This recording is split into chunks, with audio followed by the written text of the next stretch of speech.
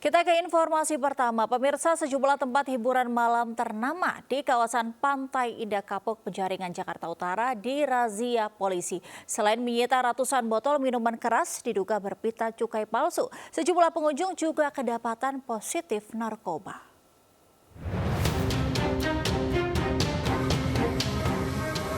Tim gabungan di Tipit Narkoba Bareskrim Mabes Polri bersama Bea Cukai merazia sebuah tempat hiburan malam ternama di kawasan Pantai Indah Kapuk, Penjaringan, Jakarta Utara. Anggota langsung memeriksa satu persatu dan melaksanakan cek urin kepada seluruh pengunjung, pegawai dan security tempat hiburan tersebut. Saat pemeriksaan, beberapa minuman keras yang berada di area bartender disita lantaran menggunakan pita cukai palsu. Seorang pengunjung tempat hiburan malam juga didapati positif narkoba. Tak jauh dari lokasi, polisi kembali merazia tempat hiburan malam. Di lokasi ditemukan 9 pengunjung narkoba serta menyegel sebanyak 505 botol minuman keras lantaran diduga menggunakan pita palsu dan sejumlah obat-obatan terlarang. Kemudian di salah satu tempat kami menemukan setidaknya ada 6 butir, tetapi masih pendalaman. Kegiatan razia narkoba di tempat hiburan malam ini akan digelar secara acak dan berkelanjutan untuk memutus mata rantai peredaran narkoba di daerah rawan dan berpotensi sebagai lokasi transaksi narkoba. Dari Jakarta, Mitfaul Gadi melaporkan. Pemirsa, warga yang tinggal di kawasan Sukmajaya, Kota Depok diresahkan dengan aksi tebar paku yang dilakukan seorang bocah laki-laki. Aksi tebar paku tersebut sempat terekam CCTV milik warga.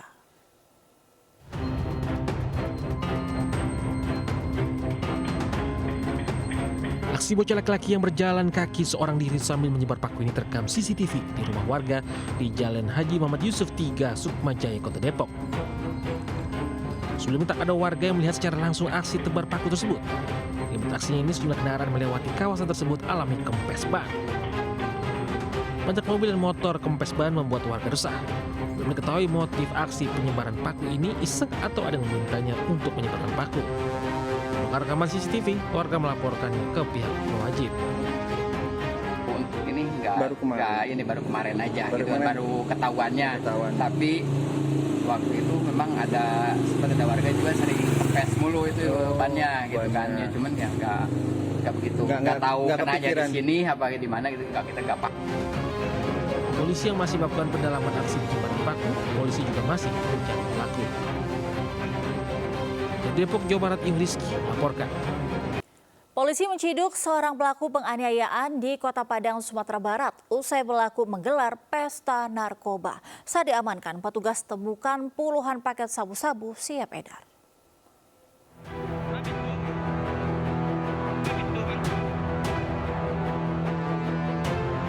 Sejumlah anggota polisi mendatangi rumah pelaku penganiayaan di daerah Alai Timur, Padang Kota Padang. Pelaku SU diamankan tanpa perlawanan. Saat digeledah di kantong celana pelaku ditemukan 25 paket narkoba jenis sabu siap edar. Pelaku jadi diketahui menggelar pesta narkoba sebelum kedatangan petugas. Penangkapan pelaku HE dan dua rekannya berawal usai adanya laporan penganiayaan seorang warga. Kini kedua pelaku lainnya yang merupakan residivis narkoba juga telah diamankan petugas. Awalnya kami mengamankan pelaku itu pelaku terkait dengan kasus penganiayaan secara bersama-sama dari masa 70. Perbuatannya pelaku jerat pasal 114 ayat 1 Undang-Undang Nomor 35 Tahun 2009 tentang penyalahgunaan narkotika, ancaman hukuman maksimal 20 tahun penjara. Di Padang, Sumatera Barat, Budi Sunandar melaporkan. Takut dikejar warga, seorang maling motor kabur hingga nekat menceburkan diri ke Kali Pesanggerahan, Kebonjeruk, Jakarta Barat. Meski sempat mengambang di aliran kali, sang maling akhirnya menyerahkan diri.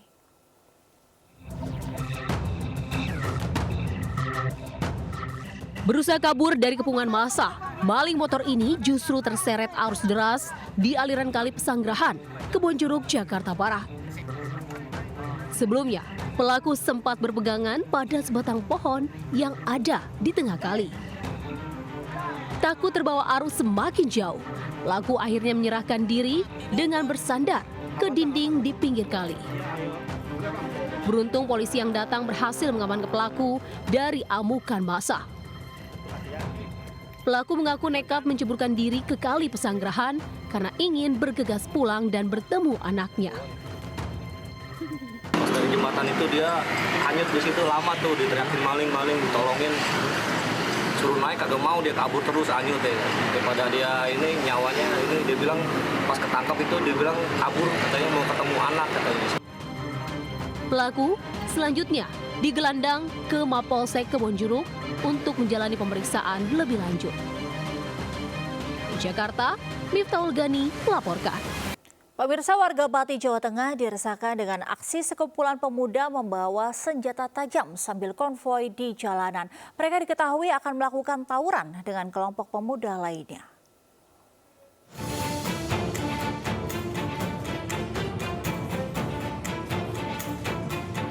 Sejumlah remaja nampak bergerombol dan kemudian berkonvoi menuju ke desa Guwo, Longowungu, Pati, Jawa Tengah. Pemuda tersebut juga terlihat menenteng senjata tajam jenis celurit hingga meresahkan warga sekitar dan pengguna jalan. Diketahui mereka melakukan tawuran dengan kelompok pemuda lainnya setelah janjian melalui media sosial. Polisi bertindak cepat dan langsung mengamankan 10 pemuda. Para pelaku beserta barang bukti 9 celurit dari rumah anggota kedua kelompok turut diamankan. Dengan perincian bahwa dari kelompok PKB ini 6 orang, kemudian dari kelompok B22P ini 4 orang. Sedangkan untuk senjata tajam seluruhnya berjumlah 9 buah. Meski tak ditahan, polisi memanggil orang tua para pemuda untuk dilakukan pembinaan dan pernyataan sikap agar tidak mengulangi perbuatannya lagi.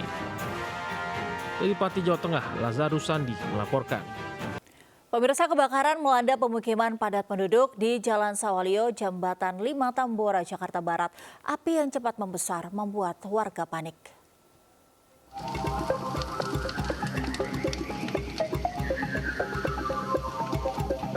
Kobaran api dan kepulan asap begitu cepat menghanguskan sejumlah rumah yang berada di permukiman padat penduduk Jalan Sawalio, Jembatan 5 Tambora, Jakarta Barat.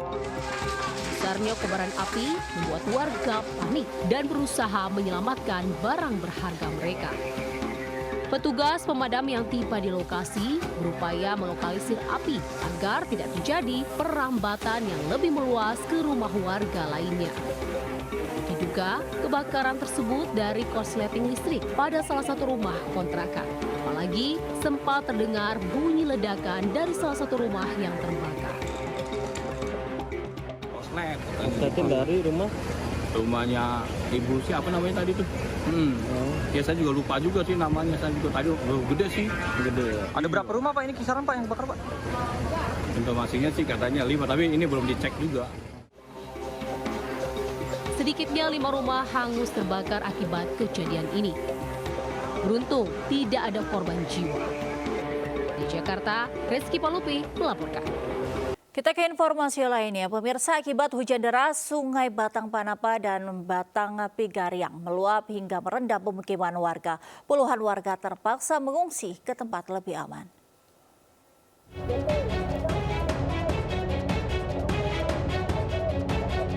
Petugas gabungan dibantu warga berupaya mengevakuasi warga yang terjebak banjir di seberang Sungai Batang Pigaryang, Kecamatan Lubuk Sikaping, Pasaman, Sumatera Barat. Dengan ekstra hati-hati, warga dievakuasi menggunakan seutas tali untuk menyeberangi sungai berarus deras. Sebagian warga juga dievakuasi menggunakan perahu karet. Puluhan orang terpaksa mengungsi setelah sekitar 167 unit rumah terendam banjir setinggi 1,5 meter dan 6 diantaranya rusak. Mengevakuasi dengan menggunakan perahu karet kita yang ada di kita, kemudian kita evakuasi ke tempat yang lebih aman. Tidak ada untuk korban baik luka ringan, luka berat dan Banjir terjadi akibat luapan Sungai Batang Panapa dan Batang Pigaryang usai diguyur hujan deras. Petugas terus menyisiri permukiman untuk mengevakuasi warga ke tempat yang lebih aman. Dari Pasaman, Sumatera Barat, Ari Yohanas, iNews melaporkan. Sementara di Bojonegoro, Jawa Timur, banjir bandang menerjang sejumlah desa. Selain merusak rumah warga, akses jalan antar kecamatan pun terputus.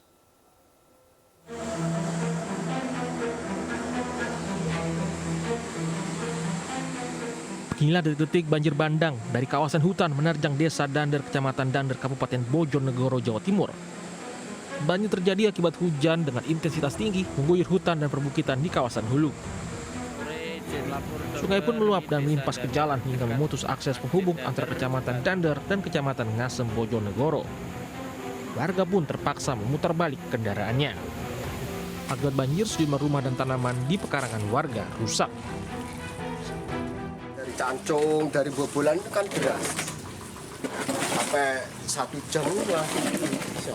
Dukuhan ledokan hampir semua. Hampir semua kena ya? Mulai dari selatan Pemandian. Banjir bandang ini menerjang 6 desa di Bojonegoro dengan ketinggian air mencapai 1 meter. Dari Bojonegoro, Jawa Timur, Deddy Mahdi melaporkan. Banjir setinggi 1,5 meter menggenangi Jalan Sultan Iskandar Muda, Kebayoran Lama, Jakarta Selatan. Tingginya air membuat kendaraan sulit melintas, bahkan sejumlah kendaraan mati saat nekat menerobos banjir. Sultan Iskandar Muda, Kebayoran Lama, Jakarta Selatan setelah hujan deras mengguyur ibu kota. Bahkan dengan ketinggian antara 20 hingga 30 cm menggenangi ruas jalan ini membuat kendaraan sulit melintas. Bahkan sejumlah kendaraan mati saat nekat menyeberangi genangan. Banjir diduga akibat luapan dari saluran yang tak mampu menampung air hujan. Banjir baru surut setelah petugas berupaya membersihkan saluran air. Akibat banjir ini, macet panjang sempat terjadi baik dari arah Kebayoran Lama maupun Pondok Indah.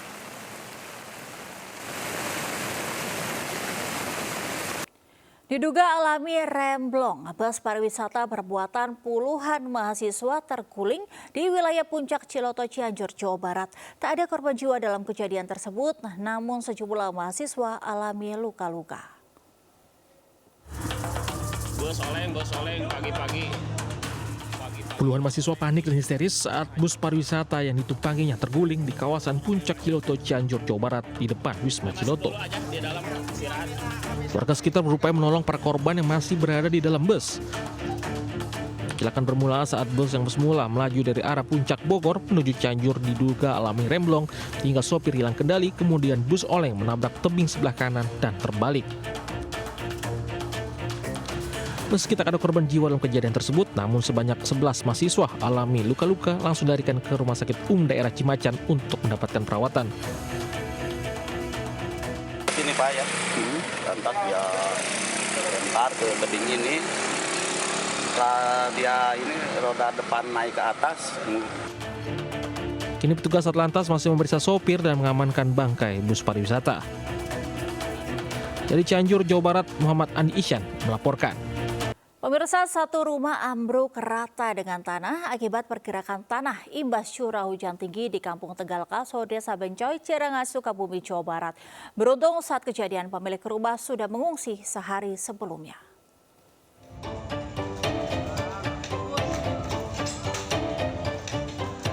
Video amatir warga merekam detik-detik rumah Dede Supriyatna, warga Kampung Tegal Kaso, Desa Bencoy, Cirengas, Sukabumi, Jawa Barat, ambruk akibat pergerakan tanah. Saat kejadian, seluruh penghuni rumah sudah mengungsi. Retakan pada rumah sudah terjadi pada hari sebelumnya dan terus membesar. Hingga akhirnya rumah Dede ambruk hingga rata dengan tanah. Beruntung keluarga dan perabotan rumah pun sudah dipindahkan pemiliknya setelah mendapat himbauan dari aparat setempat. Tanda-tanda pergerakan tanah ini terlihat sejak sepekan lalu. Bermula retakan sepanjang 100 hingga 200 meter memanjang di permukiman warga dengan kedalaman 1 hingga 2 meter. Polisi pun sudah memasang garis batas polisi di seluruh area yang terancam pergerakan tanah. Kejadiannya ditanya jam 2 malam kejadian mulai ada retakan Pak? Iya ada retakan, terus berangsur-angsur, pas fatalnya kemarin jam 3 sore. Awalnya 5 rumah, yang pertama yang satu rusak berat, yang kedua sama Bapak Atu juga ini dikategorikan rusak berat dan yang 3-nya rusak ringan. Akibat kejadian tersebut, 1 rumah ambruk, lahan pertanian dan akses jalan lingkungan terputus, dan 6 rumah warga terdampak sudah dikosongkan pemiliknya mengungsi ke rumah kerabatnya. Sukabumi, Jawa Barat, Budi Setiawan melaporkan. Pemirsa, Gunung Merapi di Kabupaten Agam dan Tanah Datar, Sumatera Barat meletus. Suara dentuman keras dan tingginya kolom abu vulkanik membuat warga di sekitar gunung panik.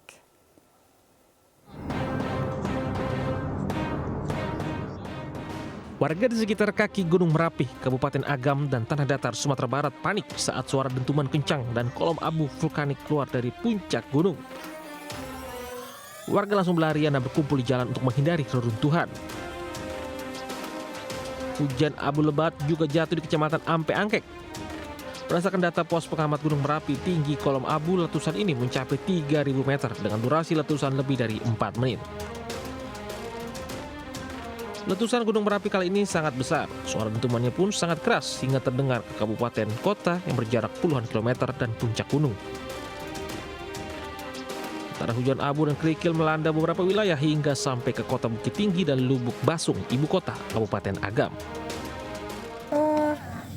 Bunyinya seperti geluduk. Gempa, tapi nggak getar gitu ya? Iya, cuma di langit kan, kirain tadi gempa. Saat ini status Gunung Merapi masih berada di level 2 atau waspada. Warga tak diperbolehkan mendekati gunung dengan radius 3 km dari kawah di puncak gunung. Dari Bukit Tinggi, Sumatera Barat, Wahyu Sikumbang melaporkan. Pemirsa, mantan Kepala Badan Nasional Penanggulangan Bencana atau BNPB, Letjen TNI Purnawirawan Doni Monardo meninggal dunia. Sebelumnya, almarhum sempat 3 bulan menderita sakit dan dirawat di Rumah Sakit Siloam Semanggi, Jakarta Selatan. Mantan Kepala Badan Nasional Penanggulangan Bencana atau BNPB, Letjen TNI Purnawirawan Doni Monardo meninggal dunia. Doni Monardo meninggal dunia di Rumah Sakit Siloam Semanggi, Jakarta Selatan Minggu sore setelah dirawat selama kurang lebih 3 bulan. Rencananya jenazah akan disemayamkan di Mako Kopassus Cijantung, Jakarta Timur Senin ini. Selain sempat menjabat sebagai Ketua BNPB, Doni Monardo juga sempat menjabat sebagai Danjen Kopassus dan Danpas Pampres. Ia juga pernah ditunjuk sebagai Satgas COVID-19 saat pemerintah Indonesia memerangi pandemi COVID-19. Sehingga upaya penanganan COVID-19 berhasil kita tekan. Pemerintah melalui Kementerian Perdagangan berwacana menaikkan harga eceran tertinggi HET minyak goreng. Minyak kita dari harga awal Rp14.000 ke harga Rp14.500 per liter. Partai Perindo mendesak rencana kenaikan harga eceran minyak goreng tidak harus dilakukan, terutama di tengah kondisi harga kebutuhan pokok sedang tinggi seperti ini. Di tengah meroketnya harga sejumlah kebutuhan pokok, Kementerian Perdagangan Republik Indonesia berencana menaikkan harga eceran tertinggi atau HET untuk minyak goreng subsidi minyak kita. Menteri Perdagangan Zulkifli Hasan menyebut wacana menaikkan harga eceran tertinggi minyak kita dari Rp14.000 per liter menjadi Rp14.500 per liter. Juru bicara Partai Perindo Yeri Tawalujan menegaskan rencana menaikkan harga eceran tertinggi minyak kita tidak perlu dilakukan karena akan menambah kesulitan bagi masyarakat. Rakyat itu sudah cukup menderita dengan naiknya harga beras, harga gula pasir, harga sayur mayur, sampai cabai dan aneka bawang, semua pada naik di pasaran. Itulah sebabnya pemerintah kalau perlu menurunkan harga bahan pangan, bukan ikut-ikutan menaikkan harga yang seharusnya dapat ditekan oleh pemerintah. Pemirsa, pada Hari Disabilitas Internasional 2023, Capres nomor urut 3 Ganjar Pranowo menyambangi komunitas disabilitas dan menyapa warga di arena Car Free Day Kota Mataram, Nusa Tenggara Barat Minggu pagi. Ganjar mendapat banyak masukan terkait kesetaraan hak aksesibilitas kaum disabilitas termasuk dalam hak politik.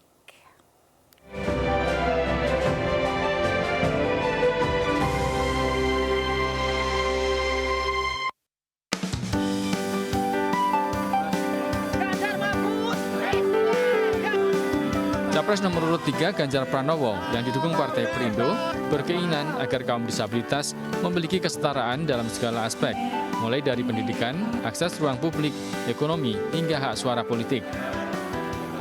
Ganjar menyampaikan sebagian dari para penyandang disabilitas masih merasa kesulitan untuk menuju tempat pemungutan suara (TPU) karena keterbatasan akses. Ganjar pun menyinggung soal pengetahuan pemilu yang minim membuat kaum disabilitas merasa kebingungan dalam memberikan hak suaranya dalam pesta demokrasi. Tadi mereka menyampaikan, siapa pernah memilih saya, Pak? Apa kesulitanmu? Akses untuk menuju bilik suara. Bahkan beberapa di antaranya ternyata membutuhkan pelatihan pendampingan karena mereka ada kebingungan. Karena besok itu ya memilih DPR, memilih presiden, memilih DPD, maka kemudian mereka butuh diajari. Kami kalau tidak bingung, dan itu butuh satu ruang khusus dengan kebutuhan mereka yang sifatnya khusus. Maka kami berharap betul, tolong KPU menyediakan fasilitas itu. Ganjar menjamin kaum disabilitas akan memperoleh kesempatan lebih besar dalam dunia usaha maupun pendidikan. Apalagi sebagai manusia, kaum disabilitas mempunyai hak yang sama dengan warga lainnya. Dari Mataram, Nusa Tenggara Barat, Tim Liputan iNews melaporkan. Pemirsa, ratusan warga di Kota Kendari, Sulawesi Tenggara sambut kedatangan Capres nomor urut 3 Ganjar Pranowo Minggu sore. Dalam kesempatan ini, Ganjar Pranowo menyempatkan diri untuk berdiskusi dengan warga, tokoh adat, dan tokoh agama.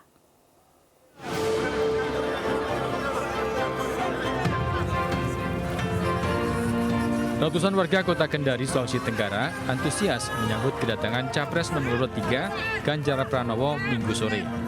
Ganjar sempat bersalaman dan berfoto dengan warga di sepanjang jalan.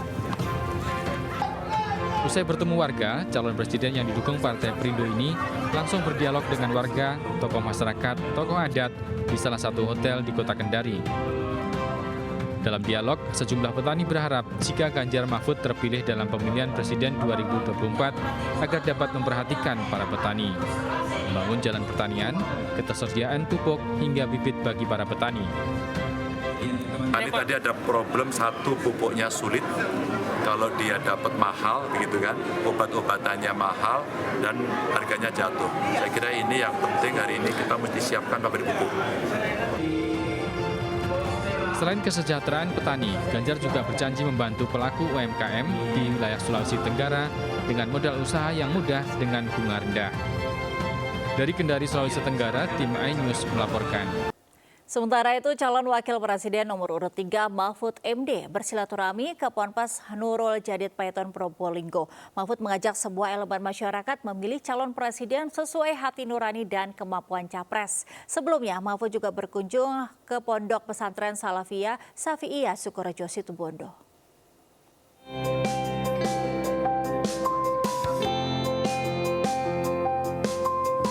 Kedatangan calon wakil presiden nomor urut 3 Mahfud MD ke Ponpes Nurul Jadid di Paiton Probolinggo disambut langsung oleh Rektor Unuja, Kiai Haji Ahmed Wahid, serta pengurus pondok pesantren dan Kiai Kampung Minggu. Menurutnya, Kiai Kampung merupakan calon pemilih yang baik dan benar, meski saat ini banyak muncul isu tekanan, intimidasi dari kalangan tertentu untuk memilih salah satu pasangan calon presiden. Mahfud MD pun optimis bisa memenangkan Pilpres mendatang. Tadi saya katakan kalau gerakan seperti itu mau dilawan juga mungkin tidak produktif. Ya dibiarin aja, diiyakan saja. Tapi saya mengajak kita semua pada saat pemilu nanti itu supaya kembali ke bisikan hati nurani masing-masing. Sebelumnya, Cawapres nomor urut 3 Mahfud MD mengunjungi Pondok Pesantren Salafiyah Safi'iyah Sukorejo Situbondo untuk berziarah ke makam Kiai Haji R. Arsyad Samsul Arifin. Selanjutnya, Mahfud MD bertemu pengasuh Pondok Pesantren Salafiyah Safi'iyah Sukorejo, Kiai Haji R. Ahmad Adzaim Ibrahimi. Kedatangan Mahfud kali ini untuk bersilaturahmi dan meminta doa. Mahfud MD mengaku para kiai punya sikap politik masing-masing. Meski pilihan berbeda, namun silaturahim harus tetap jalan. Dari Probolinggo dan Situbondo, Jawa Timur, Tim Liputan iNews melaporkan. Pemirsa, Capres nomor urut 1 Anies Baswedan menghadiri peringatan Haul ke-21 Saidi Syekh Amir Damsyar Syarif Alam di Pondok Pesantren Persulukan Tarekat Naqsyabandiyah Jabal Kubis, Deli Serdang, Sumatera Utara, Minggu. Anies bersilaturahmi sekaligus memohon nasihat hingga teguran dari para ulama. Sementara Cawapres nomor urut 1 Muhaimin Iskandar menghadiri Haul ke-32 ayahnya HM Iskandar di Mojokerto.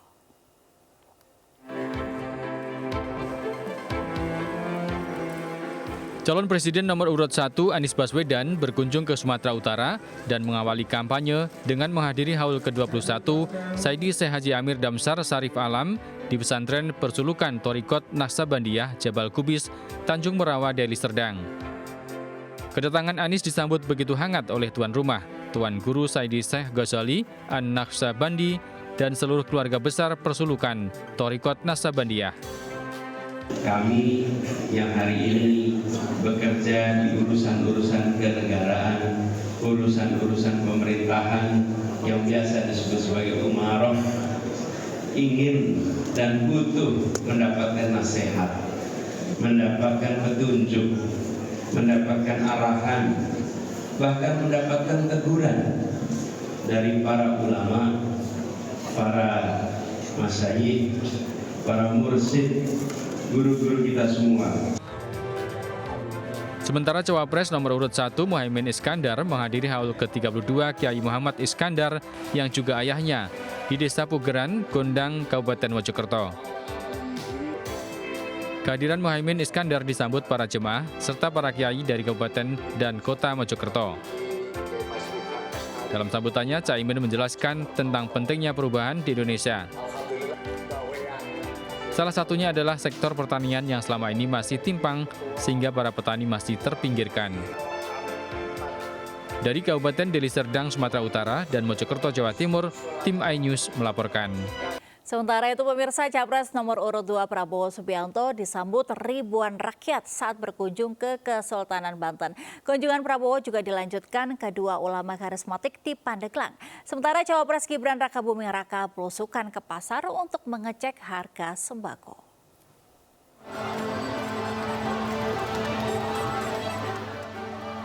Kedatangan Capres nomor urut 2 Prabowo Subianto ke Banten disambut hangat ribuan rakyat Minggu siang. Prabowo pun menyapa seluruh masyarakat Banten dengan riang gembira. Selanjutnya Prabowo Subianto berziarah ke makam Kesultanan Banten dan bertemu dengan Kenasiran Banten II. Usai dari Kesultanan Banten, Prabowo Subianto langsung menuju Kampung Cidahu, Pandeglang, Banten untuk bertemu Kiai karismatik Abuya Muhtadi dan Abuya Murtado. Dalam pertemuan tertutup tersebut, kedua ulama memberikan nasihat dan berpesan kepada Prabowo agar selalu menjaga negara kesatuan Republik Indonesia. Selalu dapat ujangan, dapat nasihat, dapat titipan, dan beliau selalu sangat peduli terhadap NKRI, keutuhan bangsa, persatuan, beliau titip Pancasila harus ditegakkan dan diutamakan kepentingan rakyat, umat, seluruh bangsa. Sementara Cawapres nomor urut 2 Gibran Rakabuming Raka belusukan ke Pasar Rawasari, Jakarta Pusat. Didampingi sang istri Selvi Ananda, Gibran memantau sejumlah bahan pokok yang mengalami kenaikan harga jelang Natal dan Tahun Baru. Menurutnya, harga bahan pokok akan kembali normal di awal tahun mendatang. Selain itu, Gibran juga berbincang dengan sejumlah pedagang dan membagikan susu serta buku gratis bagi anak-anak di pasar. Dari Serang dan Pandeglang, Banten, serta Jakarta, tim iNews melaporkan. Pemirsa, bukan ASN, TNI ataupun Polri, angkutan umum juga ternyata tidak boleh terlibat kampanye. Hal itu pun diatur Dinas Perhubungan karena stiker-stiker paslon yang menempel khususnya di belakang mobil bisa menghalangi pandangan supir hingga dinilai membahayakan keselamatan penumpang.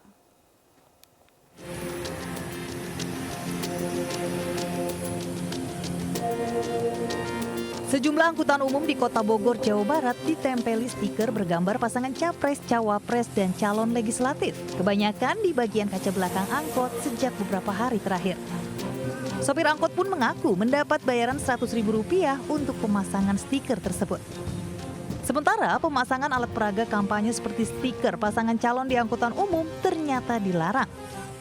Namun para sopir angkot ini tak mengetahui adanya larangan pemasangan atribut kampanye tersebut. Ikut-ikut aja Pak, ikut-ikut aja gitu. Dapat itu udah berapa lama dipasang gitu? Baru 2 hari sama sekarang. Ini dari tim sukses ya? Iya. Dibayar berapa Mas? 100.000. Ya soal tempelan itu urusan yang punya dengan pengurus. Pasangnya? Paling 2 minggu, kadang ada yang seminggu gitu. Pemerintah Kota Bogor mengimbau tim ses pemilu untuk mematuhi aturan agar tidak memasang stiker di angkutan umum karena dapat menghalangi jarak pandang pengemudi yang dapat menyebabkan kecelakaan. Yang bisa menghalangi jarak pandang pengemudi itu sebetulnya di aturan undang-undang LLAJ sudah diatur bahwa itu adalah pelanggaran teknis. Punya keinginan untuk memilih orang-orang yang berintegritas.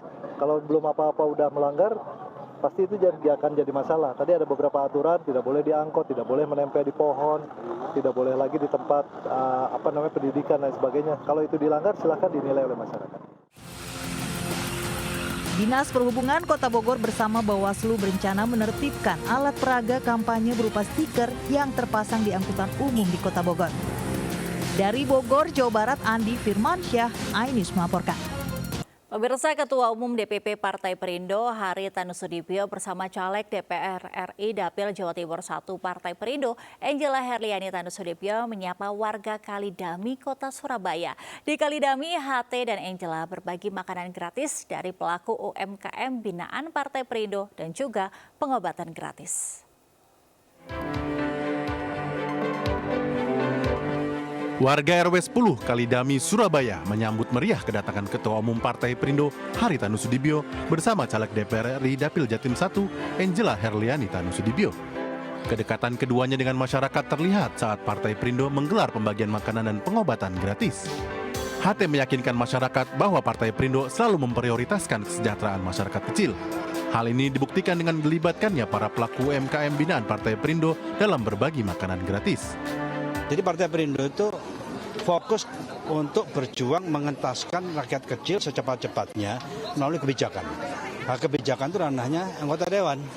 Nah, pelaksana aktif. Makanya kita juga kalau punya kursi yang cukup di anggota dewan, kita akan berjuang supaya kader kita di eksekutif. Saya kira banyak sekali potensi yang bisa kita kembangkan. Tadi ada juga yang dikembangkan oleh UMKM di RW 10.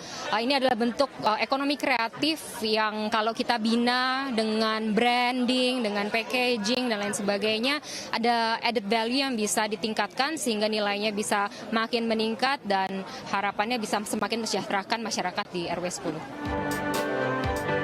Partai Perindo yang mendukung Capres-Cawapres Ganjar Mahfud akan terus turun ke masyarakat untuk mensosialisasikan program pro-rakyat untuk Indonesia sejahtera. Dari Surabaya, Jawa Timur, Maria Elizabeth dan Ganang Nugroho, iNews melaporkan. Pemirsa, Partai Perindo mempersiapkan berbagai strategi guna mendulang kemenangan di daerah pemilihan pada kontestasi 2024 mendatang. Salah satunya dengan memberikan pembekalan politik bagi rekruter caleg hingga saksi di berbagai daerah.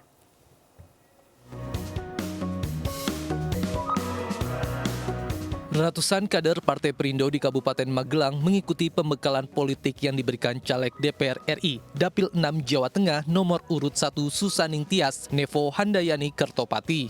Visi, misi, dan strategi Partai Perindo untuk menang di tahun 2024 menjadi isu utama pada konsolidasi kali ini. Saya hadir untuk juga menyemangati serta menyampaikan pesan dari Ketua Umum Bapak Haritanu Sudibyo yang memang akan mendukung teman-teman yang berjuang di Kabupaten Magelang seperti halnya yang ada di Kota Magelang, Wonosobo, Temanggung, dan Purworejo. Kita bersama-sama berjuang agar Perindo menang, Ganjar Mahfud menang. Pembekalan itu sangat luar biasa karena memang kita harus mempersiapkan rekruter dan saksi demi untuk mendapatkan suara untuk kepentingan caleg di khususnya Partai Partai Perindo, mulai dari DPR di kabupaten, provinsi, dan RI. Sementara itu di Kota Magelang, Partai Perindo melaksanakan kegiatan donor darah di Kelurahan Kemiri Rejo, Kota Magelang. Donor darah bersama PMI Kota Magelang menjadi bukti Partai Perindo turut hadir memberikan manfaat bagi warga yang membutuhkan. 50. Kita Partai Perindo mengajak masyarakat untuk sehat, selalu sehat. Dalam masa kampanye, para caleg Partai Perindo juga mensosialisasikan program Partai Perindo dan visi misi Capres-Cawapres nomor urut 3 Ganjar Pranowo Mahfud MD. Dari Magelang, Jawa Tengah, Puji Hartono, iNews melaporkan.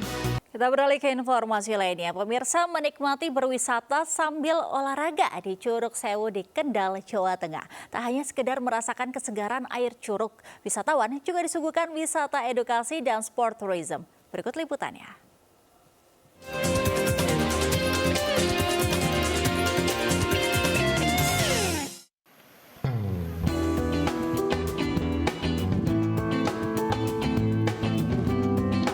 Untuk Anda pecinta wisata adrenalin, jalur trekking di destinasi wisata Curug Sewu di Patean, Kendal, Jawa Tengah ini cocok untuk dicoba. Memiliki jalur yang cukup panjang dan terjal, membutuhkan ekstra tenaga untuk sampai ke lokasi air terjun. Wisatawan diimbau untuk berhati-hati, terlebih jika berkunjung setelah hujan turun, waspada kondisi medan yang licin. Wisatawan merasa senang, rasa letih selama menyusuri alam di jalur trekking ini terbayarkan setelah wisatawan merasakan lebih dekat kesejukan air Curug Sewu. Kesejukan hawa dari air terjun ini sangat sejuk sekali. Jadi terbayarkan Mas ya? Tidak terbayarkan sama sekali. Terbayarkan di pas sampai lokasi di bawah. Jadi capeknya hilang Mas ya? Capeknya sangat hilang. Beda sama yang di atas, lebih bagus di bawah sampai di bawah di lokasi. Tidak hanya itu, di jalur trekking ini wisatawan dapat menikmati keindahan beberapa gua arkeologi yang ada. Ditambah ada sumber mata air Tuk Lanang yang dipercaya masyarakat sekitar menyegarkan dan bikin awet muda. Untuk pengunjung yang tidak bisa turun langsung ke lokasi Curug Sewu, jangan khawatir karena Anda bisa melihat keindahan curug dan alam sekitarnya dari gardu pandang. Wisata Curug Sewu ini bisa dikategorikan wisata ramah anak dengan fasilitasnya yang cukup lengkap. Itu memang kami sandingkan dengan wisata edukasi geologi, gua-gua purba, kemudian ada wisata religi Tok Lanang, kemudian ada juga wisata pohon-pohon langka. Jadi sekalian trekking, anak-anak muda ini bisa sambil belajar sejarah. Sembari wisata, sembari olahraga, mendapat kesehatan, pikiran jernih. Untuk Anda yang penasaran berpetualang di Curug Sewu ini, tak ada salahnya mengajak keluarga berkunjung ke sini. Dari Kendal, Jawa Tengah, Edi Prayitno melaporkan. Puluhan penggemar miniatur mobil yang tergabung dalam komunitas Indonesia Scale 87 berkumpul di Semarang menampilkan miniatur mobil atau diecast koleksi mereka. Diecast ditampilkan di atas sebuah layout diorama sehingga nampak seolah nyata.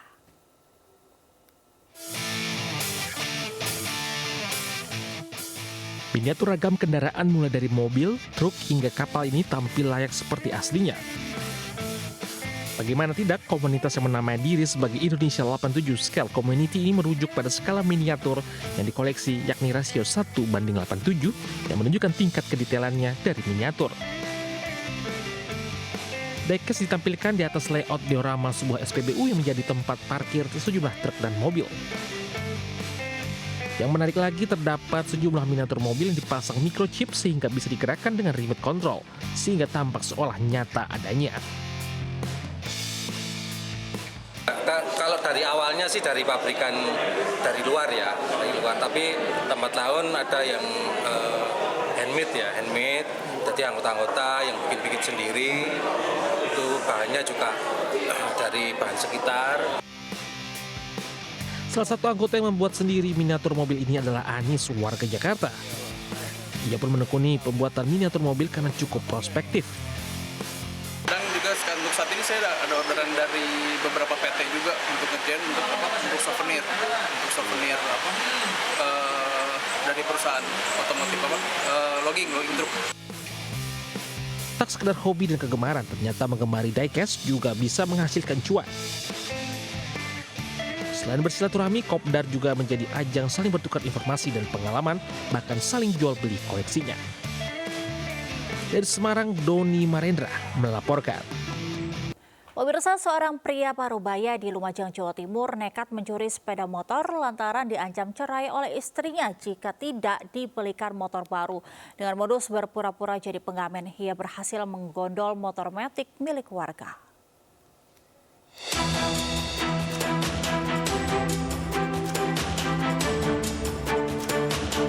Aksi pencurian sepeda motor oleh dua orang pria di Kecamatan Pasirian, Lumajang, Jawa Timur ini terekam kamera.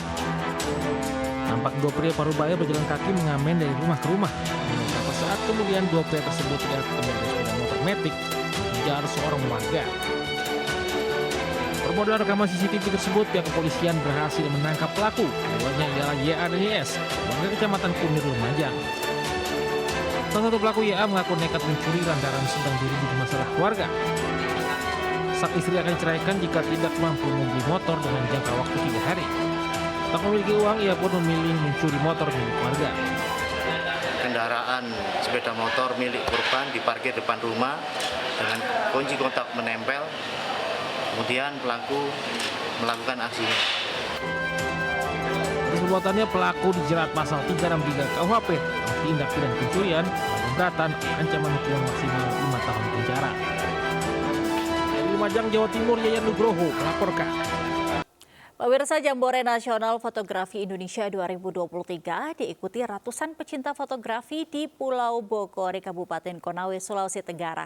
Selain hadirkan petualangan baru bagi peserta, event tahunan ini diharapkan mampu mempromosikan destinasi wisata Sulawesi Tenggara hingga mancanegara.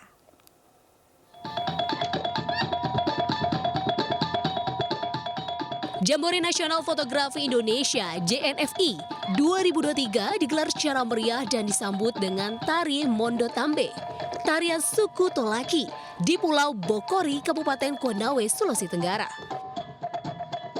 Event yang digelar Yayasan Fotografi Indonesia bersama Asosiasi Profesi Fotografi Indonesia APFI Sulawesi Tenggara ini diikuti kurang lebih 100 orang pecinta fotografi dari berbagai daerah dan puluhan mahasiswa Universitas Halu Oleo.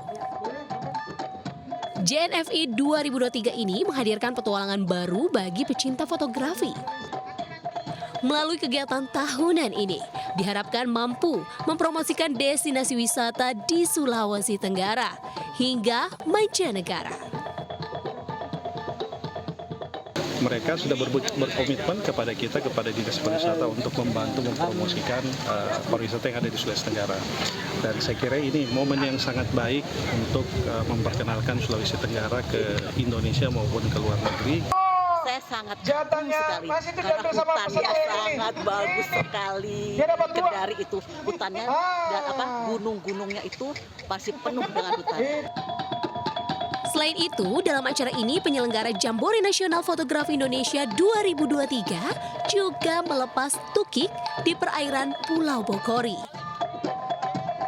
Dari Konawe, Sulawesi Tenggara, Febriona Tameng melaporkan.